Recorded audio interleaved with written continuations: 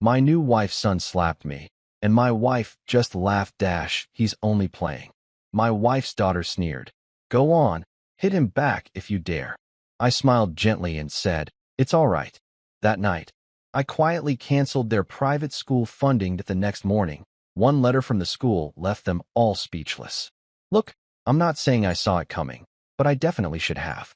When you marry a woman with 2 kids who already look at you like you're a temporary inconvenience between their mother and her credit card, you kind of sign up for a certain level of disrespect. But getting full-on pimp-slapped by a 10-year-old on a Saturday afternoon? That wasn't in the brochure. It was one of those lazy Saturdays where the universe gives you exactly what you need.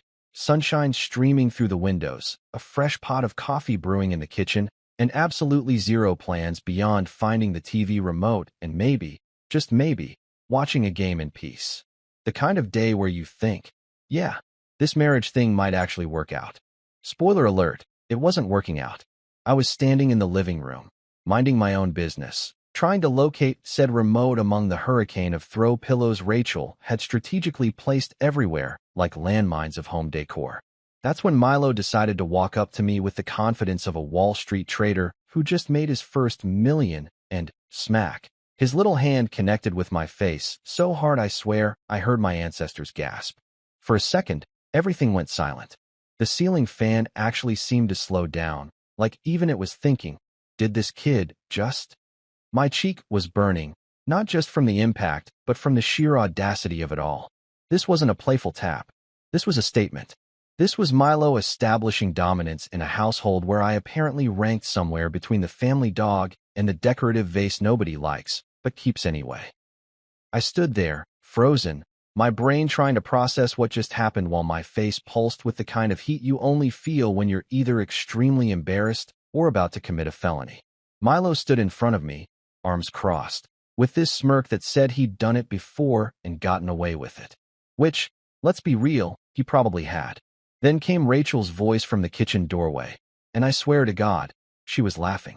Not a nervous, oh no, my child just assaulted my husband laugh, but a genuine, full-throated cackle like she'd just watched the funniest YouTube video of her life. He's only playing, she said, waving her hand dismissively like I was being dramatic for having a functioning nervous system that registered pain. Only playing. Right. Because nothing says playful bonding like getting smacked across the face by someone who still needs help tying his shoes.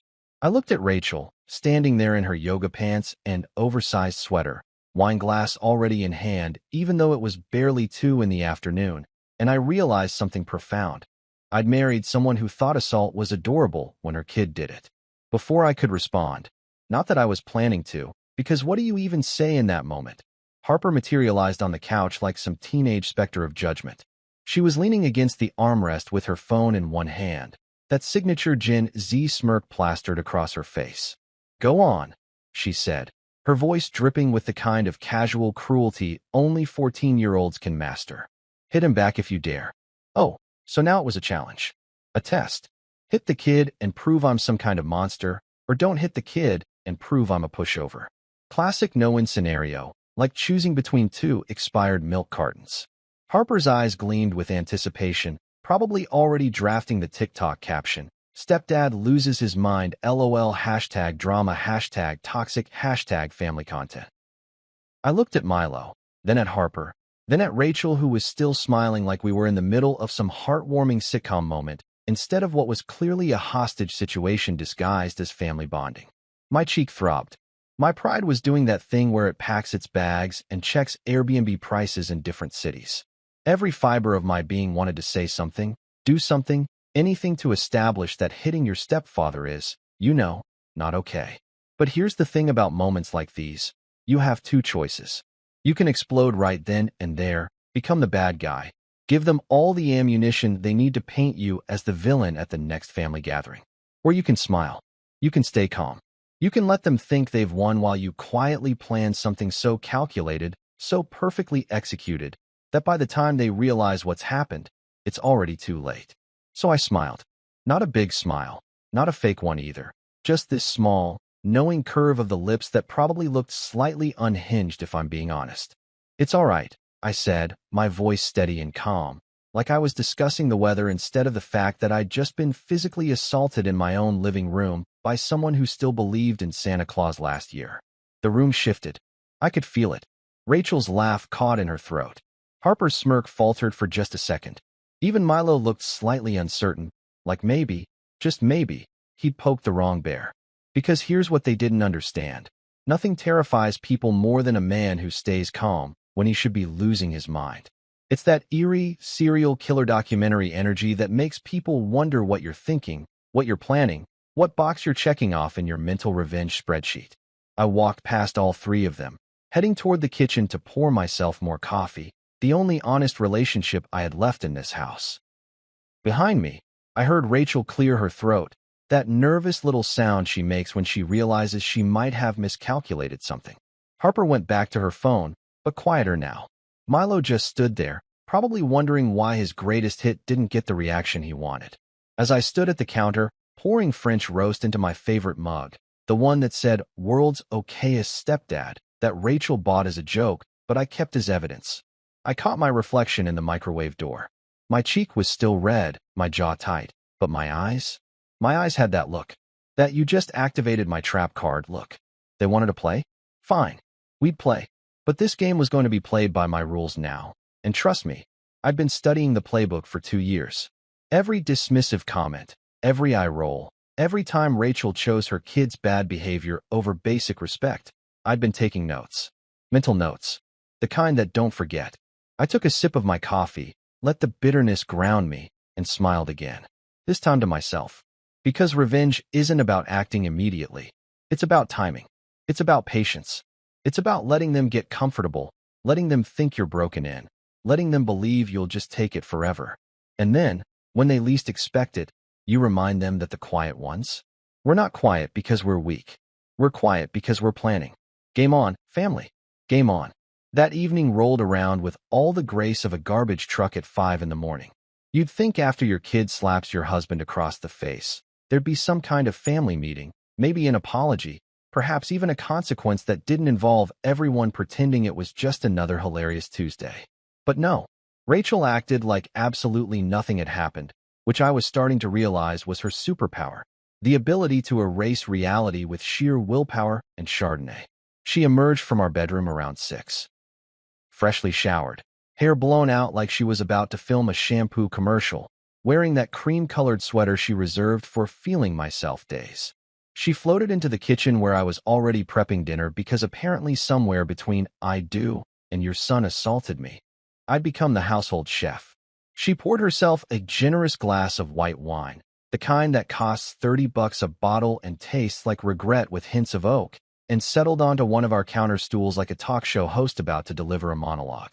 "You know what I love about Milo," she said, swirling her wine like she was at a vineyard in Napa instead of our suburban kitchen that still smelled like the garlic I was mincing. She didn't wait for me to answer. This wasn't actually a conversation, just a one-woman show where I played the captive audience. His confidence. He's so confident for his age. Most kids are timid, you know, but not Milo. He just goes for what he wants. I paused mid-chop, my knife hovering over the cutting board, and looked at her. Really looked at her. She was dead serious. In Rachel's mind, her 10-year-old son smacking a grown man wasn't assault. It was leadership potential. It was confidence. It was the kind of go-getter attitude that Silicon Valley bros put on their LinkedIn profiles right before their startups tank and they move back in with their parents. "Yeah," I said slowly, resuming my chopping with perhaps a bit more force than necessary. Nothing says confidence like hitting someone who's trying to find the TV remote. Real CEO energy there. The sarcasm flew right over her head like a paper airplane in a hurricane. She just nodded enthusiastically, took another sip of her wine, and launched into this story about how Milo had apparently dominated at his soccer practice last week. Dominated. Like he was a UFC fighter instead of a kid who still couldn't remember to flush the toilet half the time.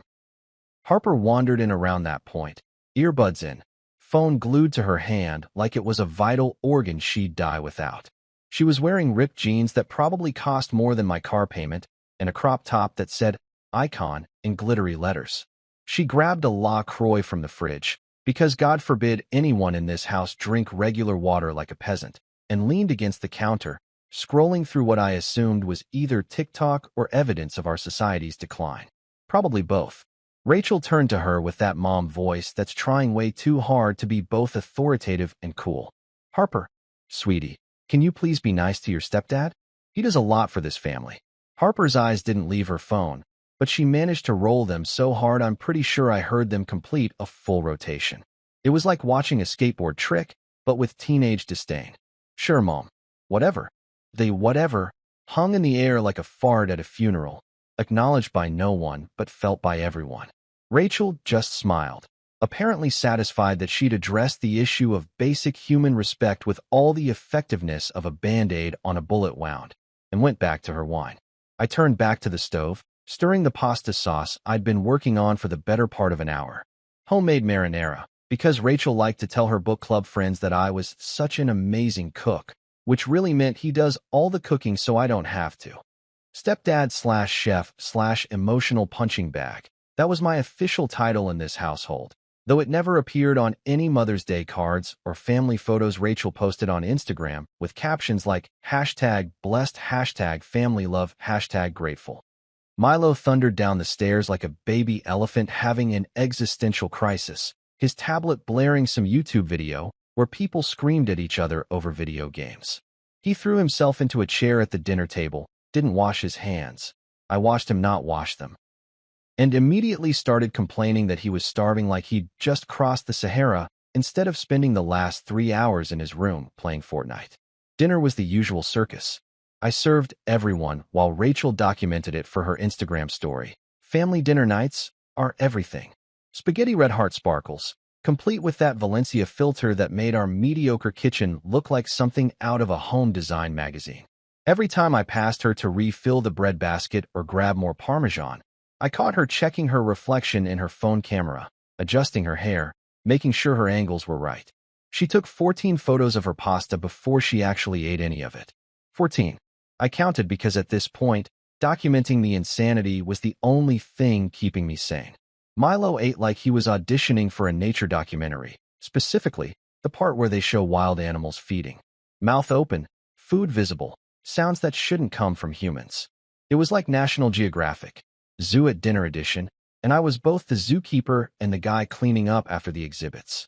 He talked with his mouth full, sprayed pasta sauce on the table, and when Rachel gently suggested he close his mouth while chewing, he just shrugged and kept going like she'd suggested he try breathing underwater. Harper picked at her food with the enthusiasm of someone being forced to eat cafeteria mystery meat, complained that the sauce was too tomatoey, which, yeah, that's generally how tomato sauce works, and spent most of dinner typing furiously on her phone. When Rachel asked who she was texting, Harper responded with nobody, in that tone that very clearly meant everybody, and also it's none of your business, but I'm going to make you feel guilty for asking. I sat there, eating my own cooking, watching this dysfunctional dinner theater unfold like I was a guest star in a sitcom that had definitely jumped the shark. Rachel laughed at something Milo said. Something about another kid at school being dumb for not having the latest iPhone, and I realized something profound and slightly terrifying. She genuinely didn't see anything wrong with any of this. The slap from this afternoon? Already forgotten. The casual disrespect? Just kids being kids. The fact that I was basically an unpaid servant who occasionally got to sleep in the master bedroom? That was just marriage, baby. But here's the thing that nobody tells you about reaching your breaking point. It doesn't always feel like breaking. Sometimes it feels like clarity. Like someone just turned on the lights in a room you'd been stumbling through in the dark for years. As I sat there, chewing my pasta and watching my wife take her 15th food photo while her son ate like a wood chipper and her daughter radioed her complaints to the International Tribunal of Teenage Injustice, I wasn't angry. I was inspired. There's something about being slapped by a child while your wife claps and calls it confidence that awakens a very specific type of calm vengeance. Not the hot, explosive kind where you flip tables and storm out. No, this was the cold, calculated kind. The kind where you smile and nod and keep cooking dinner while your brain starts running numbers, checking accounts, and reviewing exactly where your money goes every month. Rachel reached over and squeezed my hand, probably feeling generous after her second glass of wine. Thank you for dinner, babe. You're the best. I squeezed back and smiled. Anything for family. And I meant it. I was about to do something very special for this family. And after Rachel had tucked Milo in while somehow making it sound like a heroic act worthy of a medal, and after Harper had locked herself in her room to do whatever teenagers do when they're definitely not doing homework, the house finally settled into something resembling peace. That blessed, sacred silence that only comes when everyone else is unconscious, and you can finally hear yourself think without someone asking you to pass the remote or complaining that the Wi-Fi is buffering. I grabbed my lukewarm coffee, my third cup of the day, because at this point caffeine wasn't a beverage choice, it was a survival strategy, and headed to my home office. And when I say office, I'm being extremely generous. It was really just a converted coat closet that Rachel had let me have when we moved in together, like she was the landlord granting me a favor instead of my wife sharing a home we were both supposedly living in as equals. But hey, it was mine. My one corner of sanity in a house that felt increasingly like a reality show I never auditioned for. The room was barely big enough for a desk, a chair that squeaked whenever I shifted my weight, and a bookshelf that held a combination of financial planning books I'd actually read and decorative novels Rachel had bought at Target to make it look sophisticated. There was also a plant on the corner of my desk, some leafy thing that I couldn't remember the name of but was pretty sure was on life support. Its leaves were brown on the edges, drooping like it had given up on photosynthesis and was just waiting for the sweet release of the compost bin. Honestly, same, buddy, same. I settled into my chair, which greeted me with its usual groan of protest, and opened my laptop. The screen illuminated my face in that unflattering blue glow that makes everyone look like they're either about to hack into the Pentagon or watch their 5th hour of Netflix. For a moment, I just sat there, staring at my desktop background. A photo from our honeymoon in Costa Rica, back when Rachel still laughed at my jokes and her kids were theoretically someone else's problem for a week. We looked happy in that photo, tanned, smiling, holding tropical drinks with little umbrellas. That guy in the photo had no idea what was coming. Poor bastard. I clicked open my banking app because nothing says romantic Saturday night like reviewing your financial hemorrhaging in a closet. The login screen appeared. I typed in my password, Rachel Love 2023, because I'd set it up when I was still optimistic and hadn't yet learned that love doesn't conquer all. Sometimes it just empties your checking account, and waited for my accounts to load. There it was. My checking account, my savings account, and the credit card I'd gotten specifically for family expenses, which really meant expenses for Rachel's family that she somehow never had cash for when the bills came. I clicked on the Scheduled Payments tab, and there it was, sitting there like a ticking time bomb of financial responsibility. The recurring payment for Milo and Harper's private school tuition. St. Augustine Academy. The best school in the district, according to Rachel. The place where kids wear uniforms that cost more than my entire wardrobe and parents drove Teslas to pick up like they were in a parade of insufferable wealth. Tuition was $28,000 per kid, per year. That's $56,000 annually. For those of you keeping score at home, $56,000 for 2 kids who couldn't be bothered to say thank you if their lives depended on it. For 2 years, 2 full years, I'd been quietly footing this bill. Not because Rachel couldn't contribute. She had her own income from her consulting business, which as far as I could tell involved her drinking coffee with other women who also called themselves consultants and occasionally posting motivational quotes on LinkedIn. But whenever tuition rolled around, she'd get this pained look on her face and talk about cash flow issues and how she'd totally get the next one, which we both knew was code for, you're going to pay for this because if you don't, you're not a real man or a real father figure or whatever guilt trip works best today. And I'd paid it every semester like clockwork, because that's what you do when you love someone, right? You support their kids. You invest in their future. You sacrifice your own financial goals so that Milo can attend a school where he learns Latin but not basic manners, and Harper can network with other teenagers whose parents think a Honda Accord is what poor people drive. Rachel loved bragging about it. I'd heard her on the phone with her friends, her voice all sing-songy and proud.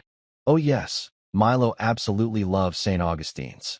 The teachers are incredible, and the facilities? To die for. We're just so blessed. We're blessed. Like it was a team effort. Like she'd done anything besides show up to parent-teacher conferences in designer jeans and nod approvingly while I signed the check. Never once. Not once. Had she said my husband pays for it, or we're lucky he's so generous, or even thank God for that guy in the closet office who works his ass off while my kids treat him like the help. Nope. Just, we're blessed. Like divine intervention had opened the gates of private education instead of my direct deposit hitting every other Friday. I stared at that scheduled payment on my screen. Next installment, due in 1 week. $5,200. That was the monthly payment plan I'd set up because dropping 28 grand all at once felt like getting punched in the kidney by a loan officer. My cursor hovered over the payment details, and I felt this strange calm wash over me. The kind of calm you feel when you're about to make a decision that will absolutely cause chaos, but feels cosmically correct. I could almost hear my late father's voice in my head. Dad had been a practical man, a plumber who'd built his business from nothing and taught me that respect was earned, not bought. He'd died 3 years ago, right before I met Rachel, and sometimes I wondered what he'd say about this whole situation. I had a pretty good idea, actually. He'd probably look at me with those bushy eyebrows raised and say something like, "Son, the best revenge doesn't shout. It deducts." Dad was big on financial consequences. He believed that money talked louder than words, and that sometimes the most powerful thing you could do was close your wallet and walk away. People don't change because you yell at them. He told me once while we were fixing a sink in some McMansion where the owner had spent more on bathroom fixtures than Dad made in a year. They change when their comfort gets disrupted, when the gravy train stops running. My cursor moved to the Cancel Recurring Payment button. It was just sitting there, red and inviting, like the nuclear launch button, except instead of starting World War III, it would just start World War Me. 1 click. That's all it would take. 1 click to stop the financial bleeding. 1 click to introduce my stepkids to the concept of consequences. 1 click to remind Rachel that we're blessed because someone is actually doing the blessing, and that someone is currently sitting in a closet at 11 p.m. on a Saturday night, questioning every life choice that led to this moment. I thought about Milo's face this afternoon, that smirk right after he'd slapped me. I thought about Harper's challenge, hit him back if you dare. I thought about Rachel's laugh, that dismissive, aren't kids adorable laugh that completely disregarded the fact that I was a human being with feelings and a face that still slightly hurt. I thought about dinner, about being the unpaid chef and emotional support animal and ATM all rolled into one convenient stepdad package. And then I thought about that scheduled payment, sitting there like a subscription to my own disrespect. $5,200 a month to ensure that 2 kids who didn't respect me could continue attending a school where they'd learn to disrespect me with better vocabulary. You're blessed, all right, I whispered to the empty room, my voice barely audible over the hum of my laptop fan. About to be blessed with a lesson. I clicked the button. The screen asked me to confirm. Are you sure you want to cancel this recurring payment? I'd never been more sure of anything in my life. Click. Payment canceled. Just like that. 2 years of financial martyrdom ended with a mouse click. No explosion, no dramatic music, just a simple confirmation message and the sudden, beautiful lightness of knowing that next month, that $5,200 would stay exactly where it belonged, in my account. Peace returned to my soul like a bird coming home to roost. I sat back in my squeaky chair, took a sip of my cold coffee, and smiled at my dying plant. Buddy, I said to it, I think we're both about to get better. Sunday morning arrived with all the subtlety of a marching band, which is to say Rachel's alarm went off at 7:30 a.m. playing some acoustic indie song about finding yourself that made me want to find the snooze button and press it until next Tuesday. She bolted upright like she'd been electrocuted, immediately grabbed her phone, because heaven forbid she miss any overnight notifications from people she hadn't talked to since high school, and announced to the ceiling, "It's breakfast content day." I should probably explain that Rachel had recently decided she was going to be an influencer. Not like a real influencer with actual followers or sponsorships or any measurable success, but the kind who posts inspirational quotes over pictures of her coffee and tags them with 47 hashtags, including hashtag bossbabe, hashtag mompreneur, and my personal favorite, hashtag authentic living. Her Instagram bio read, Mama, Wife, Wellness Warrior Cherry Blossom Sparkles, which was hilarious because the only battle she fought regularly was with the self-checkout at Target.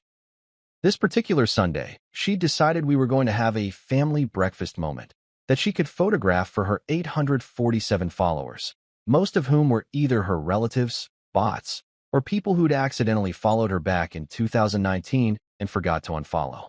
She'd been planning this all week, which I knew because she'd made a Pinterest board titled Aesthetic Breakfast Ideas and had made 3 separate trips to HomeGoods to find the perfect rustic serving platter. By 8 a.m., she'd transformed our kitchen into what I can only describe as a Food Network fever dream. There were pancakes arranged in an artistic stack, fresh berries artfully scattered across the table like edible confetti, a pitcher of orange juice that caught the morning light just right, and those tiny glass bottles of maple syrup that cost $9 each and tasted exactly like the $4 stuff, but looked better on camera. She'd even put flowers in a vase, actual fresh flowers that she'd made me drive to the florist to get yesterday, because apparently the flowers from the grocery store weren't authentic enough. She was wearing her designated casual influencer outfit, high-waisted jeans, a white t-shirt tucked in just so, and that denim apron she'd bought specifically for photos and had literally never used for actual cooking. Her hair was in a messy bun that had taken her 20 minutes to make look like it took 30 seconds, and she'd done the full makeup routine while claiming she was going for a natural, no-makeup look. The result was that she looked ready for a magazine photo shoot about farmhouse living, which was ironic since the closest she'd ever been to a farm was the Whole Foods produce section. "Okay, everyone, gather round," she called out, her voice hitting that weird performative octave that people use when they're talking to both their family and their future audience simultaneously. "Let's get some great shots before the food gets cold." Milo came thundering down the stairs wearing his pajamas inside out. I could see the tag flapping around in the back, and sporting what I'm pretty sure was yesterday's syrup in his hair. Harper followed about 5 minutes later, looking like she'd just been exhumed from a tomb, wearing sweatpants and a hoodie, her eyes barely open and her phone already in her hand like it was surgically attached. "Harper, sweetie, can you maybe put on something with color?"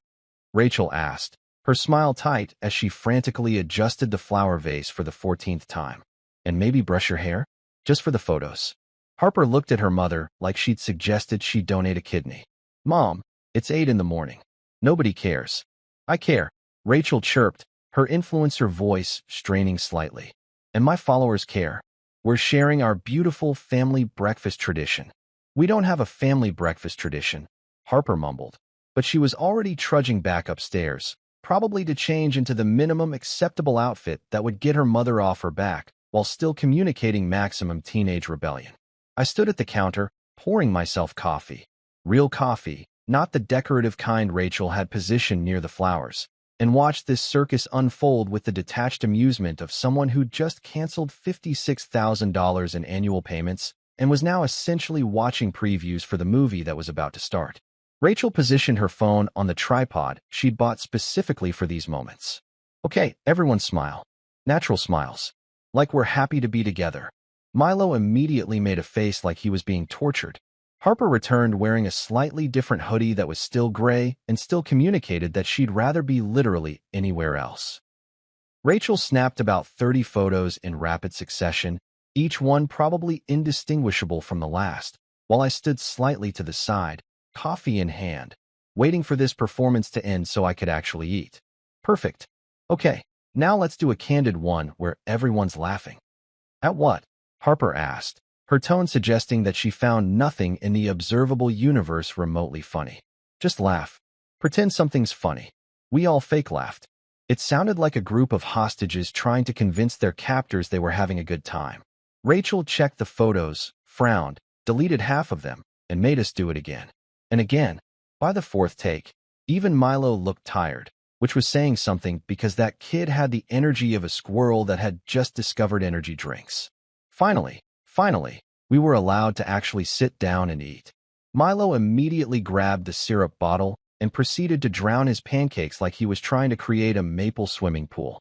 Harper picked at her berries with the enthusiasm of someone defusing a bomb. Rachel was already editing photos on her phone, applying filters that made our kitchen look like it existed in some sun-drenched dimension where families were actually happy and nobody's stepson had committed assault less than 24 hours ago. I cut into my pancakes, which were actually pretty good because I'd made the batter yesterday while Rachel was planning her phone angles, and savored the quiet chaos.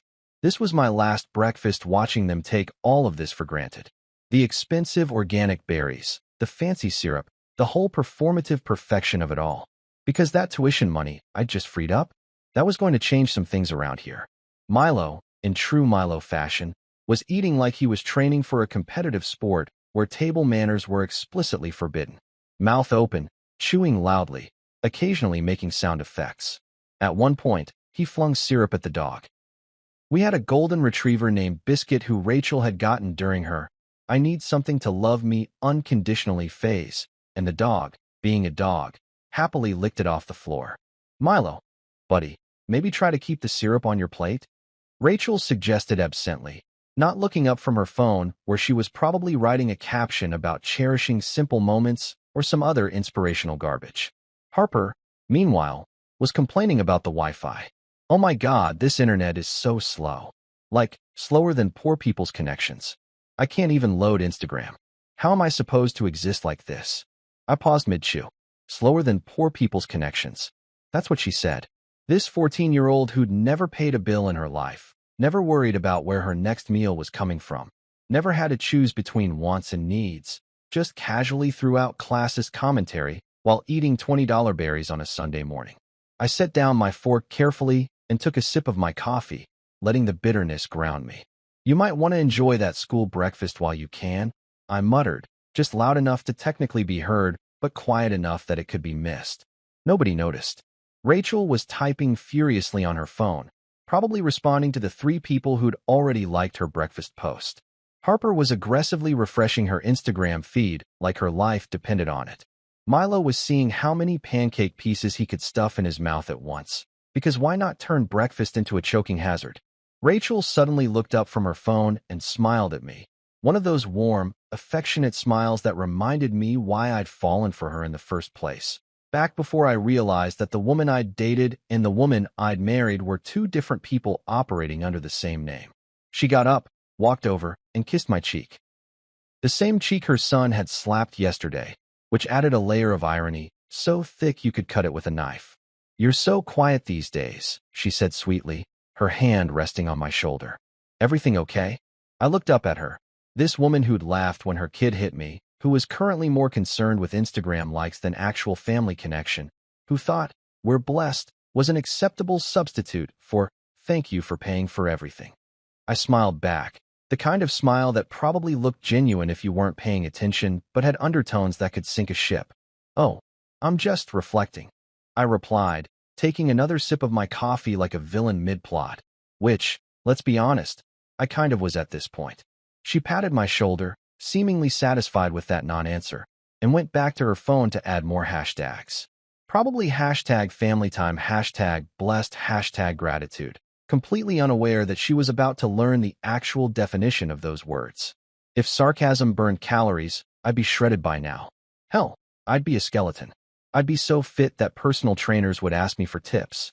But instead, I just sat there, finishing my pancakes, watching my wife curate our fake perfect life for strangers on the internet, while her kids embodied everything wrong with entitled youth. The bomb was ticking. They just couldn't hear it yet. But they would. Oh, they definitely would. The next few days passed like that awkward silence after someone tells a joke that absolutely bombs. You know something's wrong. The tension is there, but everyone's pretending everything's fine while internally screaming. Except in this case, I was the only one who knew the punchline was coming. And let me tell you, the anticipation was delicious. I'd slipped into what I can only describe as performance mode. I became the obedient husband, the stepfather who tries, the guy who does everything without complaint. I cooked dinners like I was auditioning for a cooking show nobody asked for. I did the laundry, folded it with those neat little military corners Rachel loved, and even separated the darks from the lights like I actually cared whether Milo's soccer jerseys stayed vibrant. I took out the trash before it was full, unloaded the dishwasher without being asked, and even cleaned the bathroom, including that weird mildew spot behind the toilet that everyone pretended didn't exist. Rachel ate it up. "You've been so helpful lately," she said one evening while I was scrubbing a pan she'd left soaking in the sink for 3 days, which is code for, "I'm never cleaning this, good luck." She wrapped her arms around me from behind, resting her chin on my shoulder. "I feel like we're really in a good place right now." I smiled at the soapy water. Yeah, babe. Really good place. What I didn't say was that the good place she was feeling was actually the eye of the hurricane. That deceptive calm right before everything goes sideways and people start checking their insurance policies. But why ruin the moment? Let her enjoy it. Let them all enjoy it. The school's accounting office was busy printing a very special letter right now, and that letter was going to arrive in a neat little white envelope with the St. Augustine Academy crest on it. And when it did, this good place was going to become a war zone. Tuesday evening, Rachel's mother stopped by, because apparently my life wasn't complicated enough without adding Brenda to the mix. Brenda was one of those women who'd aged into that specific brand of wealthy suburban grandmother. Perfectly highlighted hair, expensive athleisure where that she'd never actually exercised in, and opinions about everything that she delivered with the confidence of someone who'd never been wrong about anything ever, even though she was wrong about most things constantly. She arrived carrying a Whole Foods bag full of organic snacks for her babies, meaning Milo and Harper, not Rachel, and definitely not me, and wearing yoga pants that cost more than my car insurance. She swept into our house like she owned it, which she kind of did in spirit since Rachel still called her for advice on everything from what color to paint the bathroom to whether Mercury being in retrograde was why the Wi-Fi was slow. Oh, there's my favorite son-in-law, Brenda announced, even though I was her only son-in-law, which made the superlative pretty meaningless. She air-kissed both my cheeks. I don't know when that became a thing we did, but apparently it was, and then immediately turned to Rachel. Where are my angels? The angels were currently upstairs. Milo was playing video games at a volume that suggested he was trying to communicate with aircraft, and Harper was doing whatever Harper did, which probably involved taking 47 selfies and complaining about how the lighting in her room wasn't Instagram-worthy. Rachel called them down, and they came stampeding like someone had announced free iPhones. Brenda showered them with attention and organic granola bars that were probably gluten-free, dairy-free, joy-free, and tasted like cardboard that had been blessed by a wellness influencer. The kids grabbed their treats and immediately retreated back upstairs, their obligation to grandma fulfilled for the week. We all settled in the living room. Me on the couch, Rachel and Brenda on the love seat, because apparently they needed to be close enough to gossip in that stage whisper way that's meant to be heard. I was pretending to read something on my phone, but was actually just staring at the same email about a sale at Home Depot while listening to their conversation. Rachel, honey, you look tired, Brenda said, which is grandmother code for, you look terrible, but I'm going to say it nicely. Are you getting enough help around here? Rachel glanced at me, and for a second I thought she might actually acknowledge that I did literally everything around here except breathe for her. But no. Instead, she sighed dramatically and said, oh, you know how it is. The kids keep me so busy. Milo has soccer and tutoring, Harper's got her friend drama, and there's just so much to manage. Brenda nodded sympathetically, like Rachel had just described surviving a natural disaster instead of having a pretty standard suburban existence where the biggest crisis was deciding which filter to use on Instagram. You're such a saint, dealing with all of that, and raising them practically alone. I looked up from my phone. Practically alone? Brenda turned to me with this patronizing smile that probably worked great on her bridge club, but made me want to test whether expensive yoga pants were flammable. Oh, you know what I mean, dear. Single motherhood is so hard, even when there's a partner. You married a saint, you know that? Rachel could have any man she wanted, and she chose you. You're very lucky. There it was. The reminder that I should be grateful. That Rachel, in all her divorced with 2 kids glory, had deigned to marry me, and I should wake up every day thanking my lucky stars that she'd settled for a guy who worked in IT and didn't drive a BMW. Never mind that I'd walked into a ready-made family and immediately started bankrolling their lifestyle. Never mind that I'd put my own dreams of early retirement on hold to pay for a private school that taught Milo the Latin word for ungrateful, but not how to use basic manners. I smiled. It wasn't a nice smile. Oh, I know exactly how lucky I am, Brenda. She beamed, completely missing the edge in my voice. Then she launched into this whole thing about how wonderful it was that I let Rachel's kids walk all over me, except she phrased it differently. You're so patient with them. Not every man would be okay with his wife putting her children first, but you just let them be themselves, and that's beautiful. Really, you're a saint too. Rachel laughed, actually laughed and clinked her wine glass against her mother's like they'd just toasted something profound instead of casually insulting me. Mom's right. You're so easygoing. Most guys would have way more ego about things. I nodded slowly, taking a sip of my beer. Domestic, because God forbid I spend money on craft beer when there were private school tuitions to pay. Oh, wait. Oh, Brenda, they're not walking, I said carefully, my voice light and conversational. They're sprinting. Both women laughed, thinking I was joking, making some self-deprecating comment about being overwhelmed by family life. They had no idea I was talking about the future. The very near future where Milo and Harper would be sprinting to the principal's office at whatever public school ended up accepting them mid-semester. Brenda stayed for another excruciating hour, during which she managed to compliment Rachel 47 times, ask me twice what I did for work like she forgot every time she saw me, and somehow work in 3 separate mentions of her friend Carol's son, who was a doctor. A doctor, in case I missed it. Because apparently every conversation with your mother-in-law needs to include a reminder that you're not living up to some imaginary standard set by Carol's imaginary perfect son.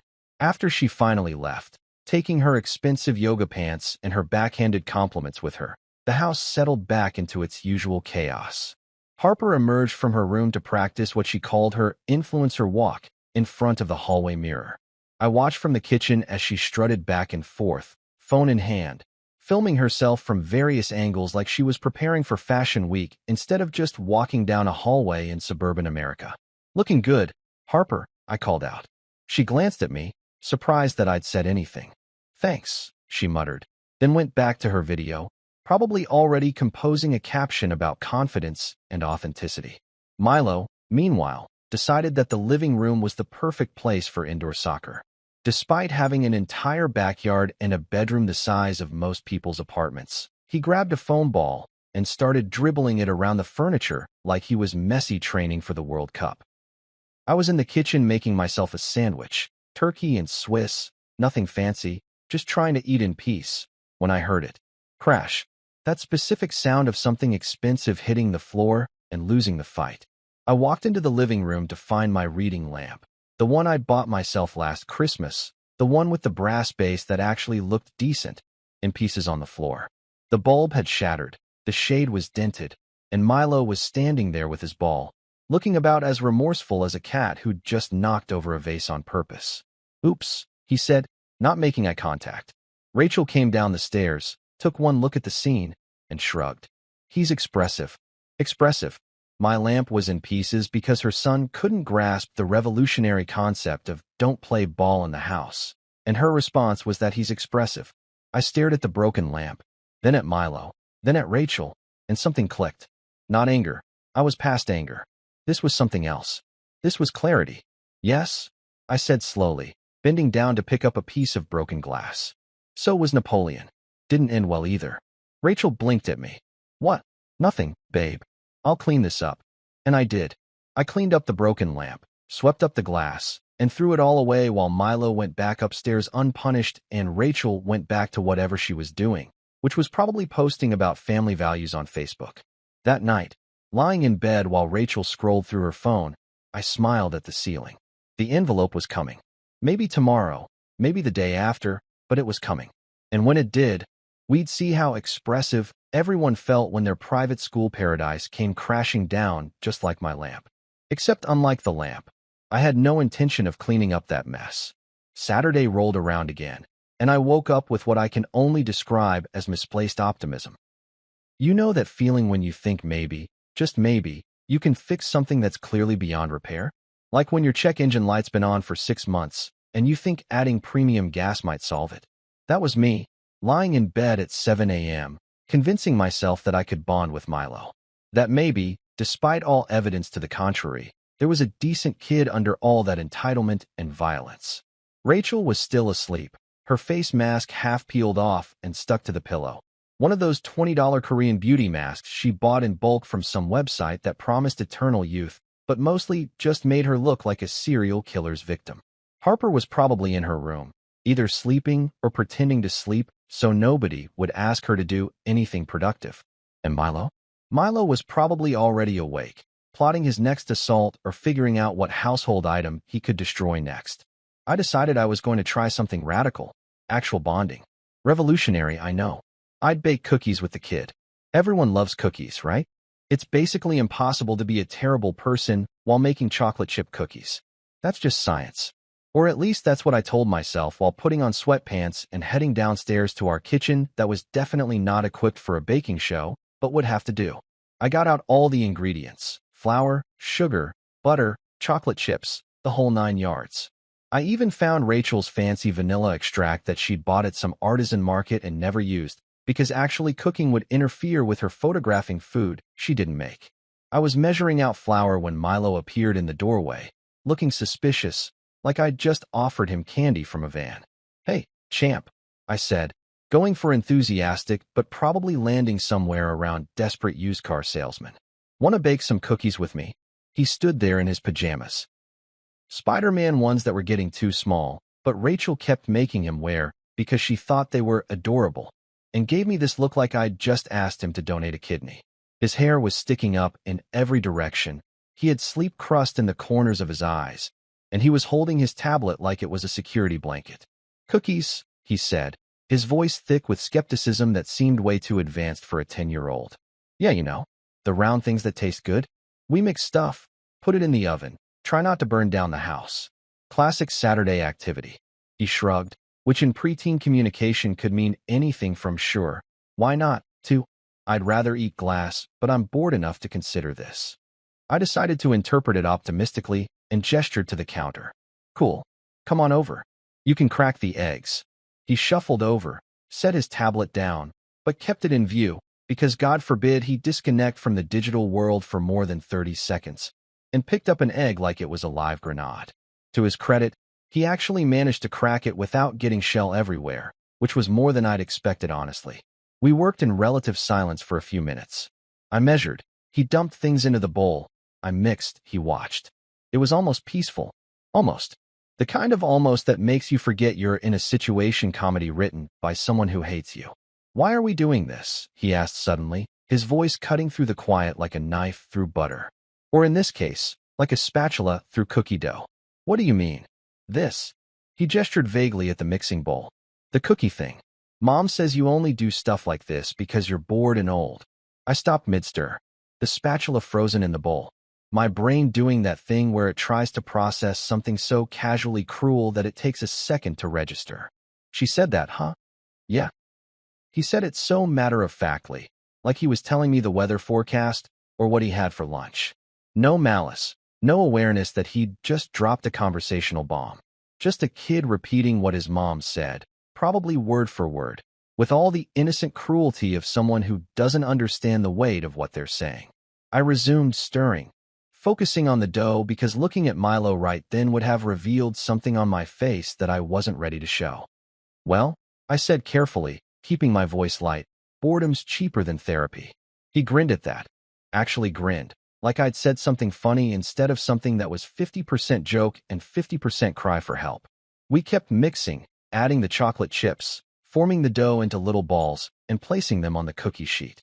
He was actually getting into it, his tongue sticking out in concentration as he tried to make each ball the perfect size. "These are going to be good," he said, and for a second, just a second, he sounded like a normal kid. Excited about cookies, not thinking about iPads or video games or slapping people. Just a kid who wanted cookies. Then he said it. "Mom says you don't have real money. Just savings." The cookie dough ball I was holding squished between my fingers. Not on purpose. My hand just clenched involuntarily. Muscle memory from every time someone said something so stunningly offensive that your body reacts before your brain can catch up. I looked down at the dough oozing between my knuckles and thought about how this was probably a metaphor for my life right now. I carefully shaped the dough back into a ball, placed it on the sheet, and wiped my hands on a towel. "Is that right?" "Uh-huh." She was talking to Grandma on the phone. "Said you're good at saving, but you're not like rich. Not like Harper's real dad was." And there it was, the cherry on top of the sarcastic sundae. Not only was I apparently boring, old, and financially inadequate, but I was being compared to Rachel's ex-husband, the guy who'd cheated on her with his dental hygienist and then moved to Arizona without paying child support for 2 years. That guy. I was being unfavorably compared to that guy because apparently he'd had money before he'd decided that supporting his children was optional. I looked at the cookie dough, then at Milo, who was completely oblivious to the fact that he'd just nuked any remaining goodwill I might have had toward this family. He was just standing there, licking chocolate chips off his fingers, waiting for me to respond like he'd commented on the weather instead of casually destroying my dignity in our kitchen on a Saturday morning. "Well," I said, sliding the cookie sheet into the oven and setting the timer, "your mom's right about one thing. I do have savings. And you know what's great about savings, Milo?" He looked up at me, curious. "What? You can choose what to do with them." He nodded like this was some profound wisdom I was sharing, not a thinly veiled thread about his entire future. Cool. We stood there for a moment, the oven warming up, filling the kitchen with that promise of baked goods that almost made everything seem normal. Almost. Milo grabbed his tablet and started playing some game where cartoon characters screamed at each other. I leaned against the counter and watched him. This kid who had no idea that his entire life was about to change because his mother couldn't keep her mouth shut about finances and because he'd been raised to think that insulting people was just casual conversation. The timer had 12 minutes on it. In 12 minutes, we'd have cookies. And in probably less than 12 business days, we'd have a crisis when that letter from St. Augustine Academy arrived. The math was all coming together beautifully, like a recipe for disaster that I'd followed to perfection. "You know what, buddy?" I said, watching him tap away at his tablet, completely absorbed in his digital world, completely unaware of the real-world consequences that were baking just as surely as those cookies. "What?" he mumbled, not looking up. "You're about to learn what happens when savings stops saving you." He didn't hear me. Or maybe he did and didn't care. Either way, it didn't matter. The oven timer was counting down, the cookies were baking, and somewhere in a school administrative office, a letter with our name on it was waiting to be mailed. When the timer dinged, we pulled out perfect chocolate chip cookies. Golden brown, gooey in the center, exactly the way they should be. Milo ate 3 of them right away, declared them pretty good, and then went back upstairs with his tablet, leaving me alone in the kitchen with the rest of the batch and my thoughts. I ate a cookie. It was delicious. Perfectly balanced sweetness, just enough salt, chocolate chips in every bite. I'd nailed the recipe. Too bad I couldn't say the same about this family. But hey, at least the cookies turned out right. That was one more success than this marriage was going to have once that envelope arrived. I smiled at the cooling rack full of cookies and whispered to myself, "Buddy, you're about to learn what happens when savings stops saving you." The house was quiet except for the sound of video games upstairs and my own breathing. The calm before the storm tastes a lot like chocolate chip cookies, apparently. Who knew? It was a Thursday. One of those perfect Thursday mornings that tricks you into thinking the universe might actually be on your side for once. The sun was doing that thing where it streams through the windows at just the right angle, making everything look like a home decor commercial. Birds were chirping outside like they'd been hired by Disney. The smell of pancakes was drifting up from the kitchen where Rachel was doing her morning routine, and for a brief, delusional moment, you could almost forget that you lived in a house where respect went to die. I was upstairs, getting dressed for work. Business casual, which is corporate speak for, we don't respect you enough to let you wear jeans, but we also don't respect you enough to call it professional attire, when I heard it. The mail truck.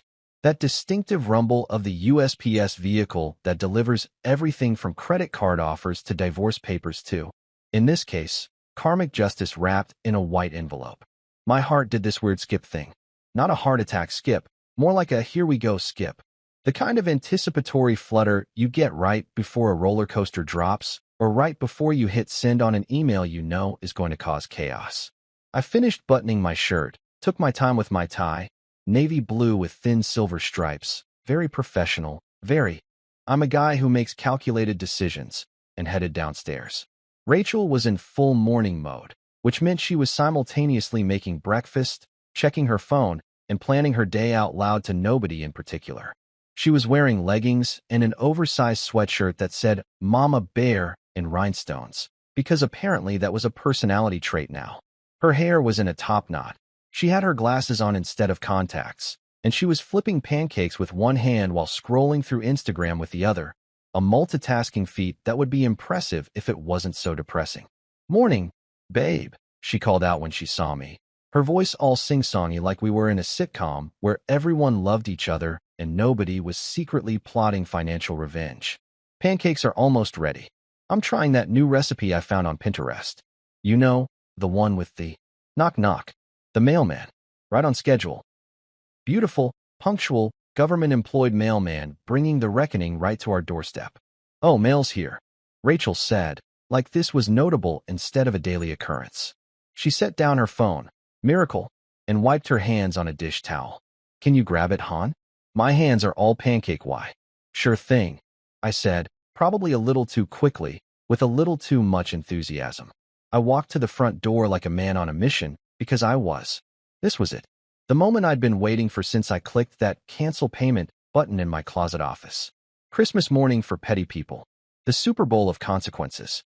I opened the door, and there it was, a neat stack of mail held together with a rubber band. Bills, junk, a catalog for furniture Rachel would look at and never buy, and right there, right on top like it knew it was the star of the show, a crisp white envelope with the St. Augustine Academy crest embossed in gold on the corner. I grabbed the mail, closed the door, and took a deep breath. This was happening. This was actually happening. I walked back to the kitchen with the kind of calm that comes from knowing you're holding a live grenade and everyone else thinks it's a gift basket. Anything good? Rachel asked, still focused on her pancakes, still completely oblivious to the fact that her entire morning, hell, her entire week, was about to implode. Let's see, I said casually, flipping through the stack like I was checking baseball scores instead of holding the nuclear codes to our family dynamics. Bill, junk, more junk, coupon for that pizza place you like, and I paused, holding up the St. Augustine envelope. Something from the school. Rachel glanced over, still not concerned. Why would she be? As far as she knew, everything was fine. The tuition was paid. Her kids were getting their elite education. Life was blessed. We were blessed. She was blessed for having married someone who quietly funded her children's future while she took credit, and her mother insulted me. Oh, must be the new terms update, she said cheerfully, plating the pancakes with the kind of care she usually reserved for Instagram photos. They always send those fancy letters. Probably about the spring fundraiser or something. Can you open it? Sure, I said, grabbing a knife from the counter.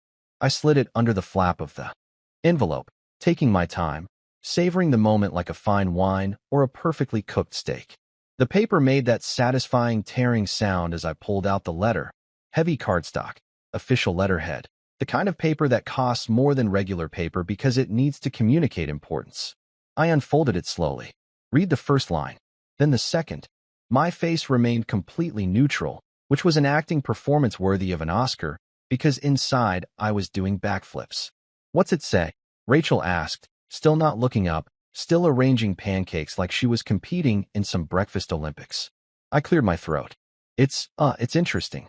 That got her attention. She looked up, spatula still in hand, her smile starting to falter around the edges. Interesting how? Well, I said, holding up the letter so I could read it properly. Really milk the moment, you know? It says here, Dear Mr. and Mrs. Henderson, this letter is to inform you that we have not received payment for the fall semester tuition for students Milo Henderson and Harper Chun. As of today's date, your account is past due in the amount of $28,000, with an additional late fee of $500. Please remit payment immediately to avoid enrollment consequences. The kitchen went silent. Like horror movie silent. The kind of silent where you can hear your own heartbeat and maybe someone's soul leaving their body. Rachel's spatula clattered onto the counter. Her mouth opened, then closed, then opened again like a fish trying to understand calculus. What? She whispered, her voice barely audible. I kept reading, really committing to the performance now. It also says, failure to pay within 10 business days will result in the students being withdrawn from enrollment and their records being held until the balance is settled. I looked up at her, my expression perfectly neutral. Huh, that's weird. Weird? Her voice cracked like she'd been gargling gravel. She snatched the letter from my hands, her eyes scanning the page like maybe I'd hallucinated the whole thing. But no, there it was, printed in official black ink on expensive cardstock. Unpaid tuition notice in bold letters at the top. Her face went through about 17 different expressions in 5 seconds. Confusion, disbelief, panic, anger, more panic, maybe a brief stop at denial, and then landing solidly on what I can only describe as barely contained hysteria. This has to be a mistake. This has to be, we always pay on time. You always. She stopped, her brain clearly trying to connect dots that were suddenly appearing in her reality. Did you forget to pay the tuition? I leaned against the counter, picked up a piece of bacon from the plate she'd prepared, perfectly crispy, actually pretty good, and took a bite. Chewed slowly. Swallowed. Looked her dead in the eye with the kind of calm that serial killers probably have right before they explain their master plan. No, I said simply. I didn't forget. She blinked. Once. Twice. Her brain was buffering, trying to load this new information. You didn't forget? Nope. Then what happened? Why didn't they get the payment? Did the bank make a mistake? Did the automatic payment not go through? I set down the bacon, brushed off my hands, and delivered the line I'd been practicing in my head for weeks. Rachel, there was no mistake. I canceled it. The words hung in the air like smoke from a building that was definitely, absolutely, 100% on fire. Rachel just stood there, the letter trembling in her hands, her eyes wide, her mouth forming words that weren't quite coming out yet. Upstairs, I heard movement. Harper's door opening. Milo's feet hitting the floor. They were coming down for breakfast, completely unaware that their world had just shifted on its axis. I took another piece of bacon, popped it in my mouth, and waited for the explosion. 3, 2, 1. You what? And there it was. The detonation I'd been waiting for. Rachel's voice hitting decibels that probably violated noise ordinances, her face turning that specific shade of red that suggested her blood pressure was having its own personal crisis. Thursday morning. Perfect sunshine. Birds chirping. Pancakes burning on the stove that Rachel had completely forgotten about. And me, standing in the kitchen, eating bacon, watching my carefully planned chaos unfold exactly as I designed it. Best Thursday ever. Rachel's face went through more color changes than a mood ring at a rave. Red to white to purple to some shade that I'm pretty sure doesn't exist in nature. Her hands were shaking so hard the letter was rattling like a tambourine, and I could actually see her trying to reboot her entire understanding of reality in real time. You what? She repeated, her voice strangled, like she was being choked by her own disbelief. I picked up my coffee, still hot, still perfect, and took a leisurely sip before answering. No rush. We had all morning. Well, I had all morning. Rachel had a crisis to manage, but that wasn't really my problem anymore, was it? Cancelled. I repeated, my voice calm and even, like I was explaining how to work the TV remote instead of detonating her entire worldview. I canceled the tuition payment. Turns out private education doesn't teach respect, so I'm cutting the budget for entitlement. Her mouth opened and closed several times. If I didn't know better, I'd think she was practicing for a goldfish impression. You can't just. That's their education. That's their future. Well, I said, setting down my coffee and straightening my tie. Maybe their future should have included learning that actions have consequences. Or at the very least, not slapping the guy who's paying 48 grand a year for their fancy uniforms and Latin classes. This is about the slap? Rachel's voice hit a pitch that probably shattered glass somewhere in the neighborhood. Are you serious right now? You're ruining my children's education because Milo was playing around. Playing around. I nodded slowly, like I was considering this. Right? Is that what we're calling assault now? Playing around? Good to know. I'll make sure to tell the next guy who gets hit by a 10-year-old that it's all just fun and games. That's when Harper appeared at the bottom of the stairs, still in her pajamas, designer ones, naturally, that probably cost more than some people's rent, with her phone already recording. Because of course she was recording. This was prime TikTok content for her. Drama, family dysfunction, all the ingredients for going viral among other teenagers who thought therapy was just a meme. What's going on? Harper asked, but her tone suggested she already knew this was going to be good. Her thumb was hovering over her phone screen, ready to capture every moment of this domestic implosion. Rachel whirled on her, the letter still clutched in her hand like evidence at a crime scene. Your stepfather, she spat the word like it was poison, has decided to stop paying for your school. Both of you. You're being kicked out because he canceled the tuition. Harper's face went pale. Like vampire pale. Like all the blood just evacuated her body and filed for asylum somewhere else. Her phone nearly slipped from her hand, Nearly, but not quite, because teenagers would rather lose a limb than drop their phones. What? Harper shrieked, and there it was, that same frequency that Rachel had hit moments before. Must be genetic. You can't do that. St. Augustine is my school. All my friends are there. You can't just. She turned to me, her eyes wild with panic and fury. You ruined my life. I looked at her. Really looked at her. This 14-year-old who'd spent the last 2 years treating me like I was furniture that occasionally spoke, who'd made snide comments about my clothes, my car, my existence, who'd challenged me to hit her brother after he'd assaulted me. This girl who thought Wi-Fi speed was a measure of social class, and that poor people were somehow less human. Sweetheart, I said, my voice gentle but firm, the way you'd talk to someone who's just realized they're not the main character they thought they were. I didn't ruin it. I just pressed reality mode. Consider this a software update. This isn't funny. She was full-on yelling now, tears streaming down her face, probably already mentally composing the sob story she'd post later about her evil stepfather. Do you know what this means? Do you have any idea what it's like to be kicked out of private school? I'll have to go to public school. With normal people. The horror, I said dryly. Imagine having to attend school with 90% of the American population. How will you survive? Milo appeared then, sleepy and confused, his hair sticking up like he'd been electrocuted. He was dragging his blanket behind him like Linus from Peanuts, his tablet tucked under his arm, because God forbid he go 30 seconds without it. He looked around at his mother's tear-streaked face, his sister's meltdown, and me standing there calmly drinking coffee like the house wasn't burning down around us. What's happening? He asked, his voice small and uncertain. For the first time since I'd known him, he actually looked like a kid instead of a tiny tyrant. Rachel tried to compose herself, wiping her eyes with the back of her hand, smearing her mascara in the process. Milo, baby, come here. She pulled him into a hug that he didn't seem to want, his arms pinned awkwardly at his sides. Your stepfather has made a very selfish decision that's going to affect your whole life. Milo looked at me over his mother's shoulder, his eyes confused and, for the first time, actually scared. Did I do something bad? And there it was. The moment. The kid finally connecting dots that his brain hadn't been developed enough to connect before. The realization that maybe, just maybe, hitting people might have consequences. That maybe actions don't exist in a vacuum. That maybe the guy who'd been quietly funding his privileged life wasn't just an ATM with feelings that could be ignored. I set down my coffee, walked over to where he was standing, and knelt down so we were eye level. Rachel tried to pull him away from me, but he stayed put, waiting for my answer.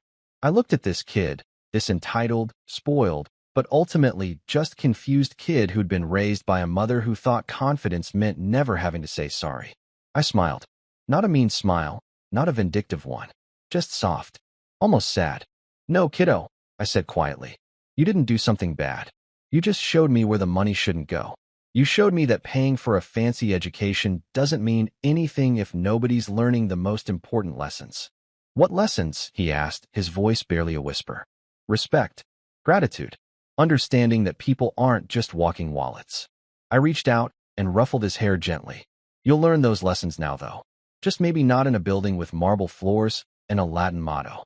Rachel yanked him away from me then, her face twisted with rage. Don't you dare act like you're teaching them anything. You're being petty. You're being cruel.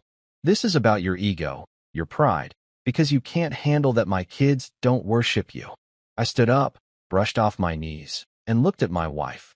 This woman I'd married 2 years ago thinking we'd build something together, only to discover I'd really just signed up to be a financial provider for a family that saw me as a resource, not a person.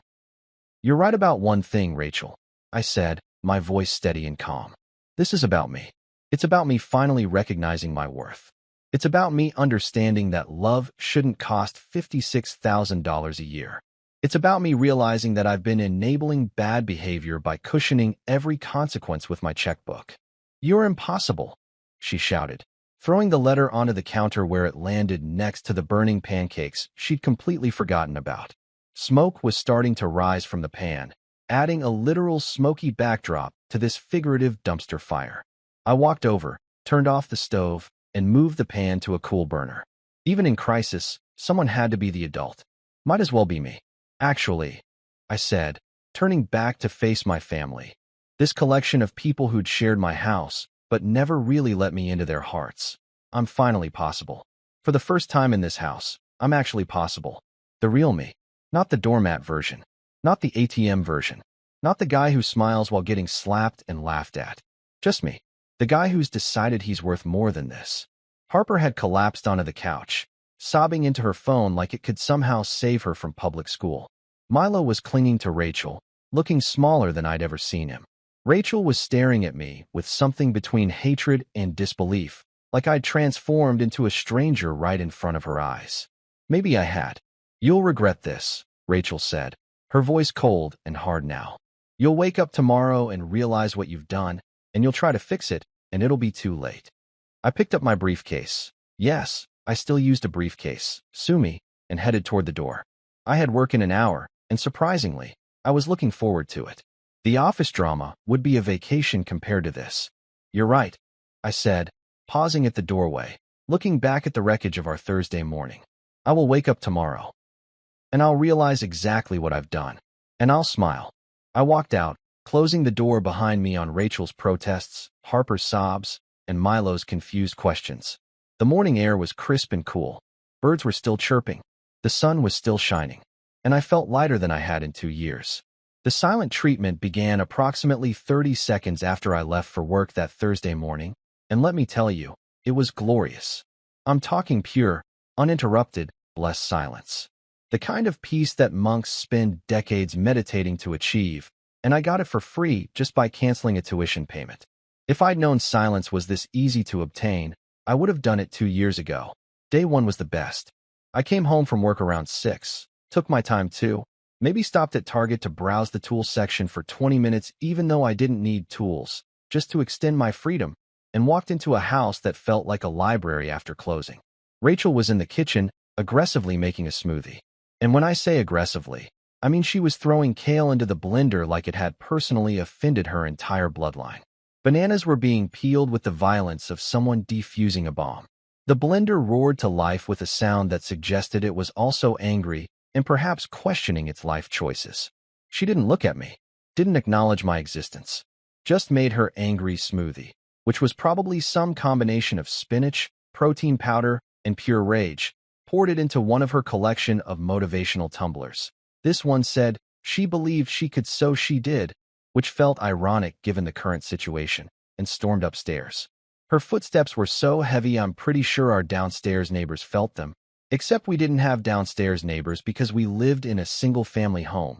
But if we did, they would have filed a noise complaint. Harper was camped out on the couch in full sulk mode, wrapped in a blanket like a burrito of teenage despair. Her hair was in a messy bun that actually was messy, not the Instagram kind, and she was scrolling through her phone with the enthusiasm of someone reading their own obituary. Every few minutes, she'd sigh dramatically, like Broadway-level dramatic, the kind of sigh that deserved its own sound effect and maybe a spotlight. I walked past her to grab a beer from the fridge. "Hey, Harper, how was your day?" "Nothing." Not even an eye roll. Just pure, concentrated ignore mode. She scrolled harder on her phone, if that was even possible. Her thumb was moving so fast I was worried she'd sprain it. Cool, I said to absolutely no one. "My day was great. Thanks for asking. Had a really productive meeting about network security. Bob from accounting brought donuts. It was a whole thing." More silence. I popped open my beer and headed to my closet office, where my dying plant and I could contemplate our lives in peace. The plant was looking slightly better, actually. I'd been watering it more consistently lately. Turns out when you're not emotionally exhausted from family drama, you have energy for things like basic plant care. Who knew? Day 2 followed the same pattern, except Rachel had upgraded from angry smoothies to angry meal prep. I came home to find her in the kitchen surrounded by about 47 Tupperware containers, violently chopping vegetables like they were photos of my face. The knife was hitting the cutting board with such force I was genuinely concerned for the structural integrity of our countertop. Milo was at the dining table, unusually quiet, doing homework. Actual homework. Without being asked. Without complaining. Without making sound effects or throwing things or acting like sitting still was a form of torture. He was just sitting there, writing things, looking almost studious. I stood in the doorway for a second, making sure I wasn't hallucinating.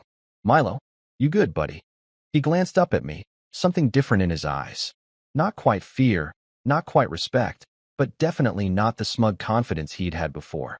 More like uncertainty, like he was recalculating his entire understanding of how the world worked and coming up with numbers that didn't add up the way they used to. Yeah, he said quietly, then went back to his homework. Rachel slammed a container shut so hard I thought the lid might achieve orbit. She grabbed her meal prep containers, all labeled with days of the week in her perfect handwriting, and started loading them into the fridge with the efficiency of someone who was channeling all their emotions into food organization. I grabbed some leftover pizza from the fridge, cold pizza, breakfast of champions and divorced dads, which I wasn't yet, but could see on the horizon, and retreated back to my office.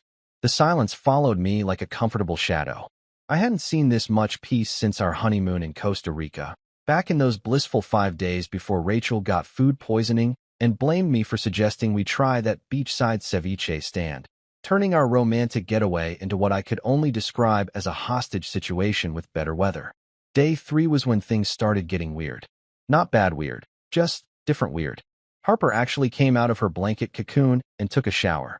Like, a real shower, not the 30-second rinse she usually did while scrolling through TikTok.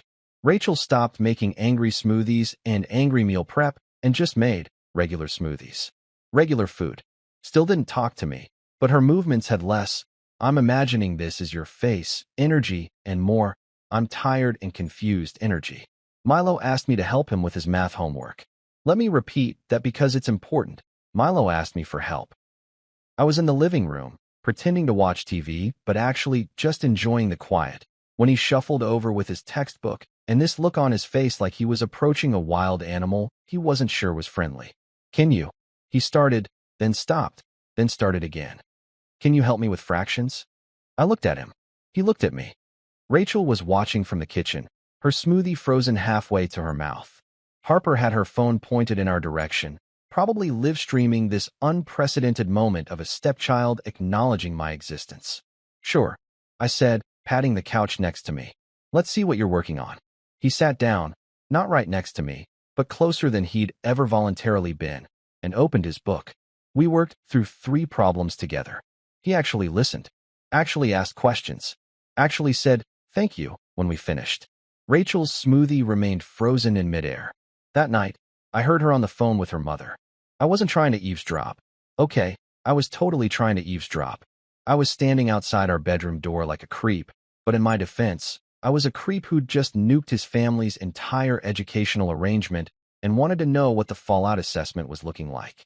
"I don't know, Mom," Rachel was saying, her voice tired and small in a way I hadn't heard in years. "We enrolled them in Jefferson Public. It's not the same." Harper's devastated. Milo's confused. And she paused. I could picture her sitting on our bed, probably staring at her phone or her reflection or some combination of both. "He won't even fight with me. He's just calm. And somehow that's worse." Brenda's response was muffled, but I caught the words divorce and lawyer and show him. "I don't think that's." Rachel started, then trailed off. More silence. Then, maybe I didn't realize what he was actually contributing. Maybe I thought it was just supposed to happen. Like it was automatic. Progress. Small, glacial, possibly imaginary progress, but progress nonetheless. Day 4. Friday. The end of the most peaceful work week I'd had in 2 years. I came home to find Rachel sitting at the kitchen table, alone, no smoothie, no phone, no meal prep. Just sitting there looking deflated, like someone had let all the air out of her influencer dreams and left her with just regular reality.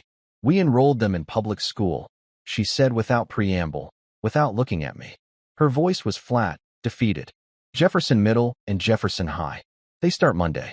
It's not the same." I set down my briefcase, loosened my tie, and pulled out a chair across from her. We sat in silence for a moment, the kitchen clock ticking, the refrigerator humming, all the normal sounds of a house that was trying to figure out if it was still a home. "No," I agreed, keeping my voice gentle because even though I'd orchestrated this whole thing, I wasn't a monster. I was just a guy who'd reached his limit. "No marble hallways, but maybe they'll learn something marble can't buy." She looked up at me then, her eyes red-rimmed. her face free of makeup for maybe the first time since I'd known her. Like what? Manners, I said simply. Respect. How to treat people who care about them. How to say thank you. How to exist in the world without expecting everything to be handed to them on a silver platter with a side of entitlement. She didn't reply, didn't argue, didn't defend her kids or attack me or launch into one of her speeches about how I didn't understand parenting. She just sighed, not dramatically like Harper, but deeply, like someone who'd been holding their breath for 2 years and finally exhaled. I didn't realize, she said quietly. Realize what? The difference between luxury and love. We sat there in the kitchen as the sun set outside, the light fading through the windows, and for the first time since that slap heard around the living room, I thought maybe, just maybe, something real might actually grow here. Weeks passed, not in that dramatic movie montage kind of way, but in the slow, uncomfortable way that actual change happens. With awkward dinners, forced conversations, and everyone slowly figuring out who they were without the safety net of private school prestige. Milo adjusted faster than anyone expected.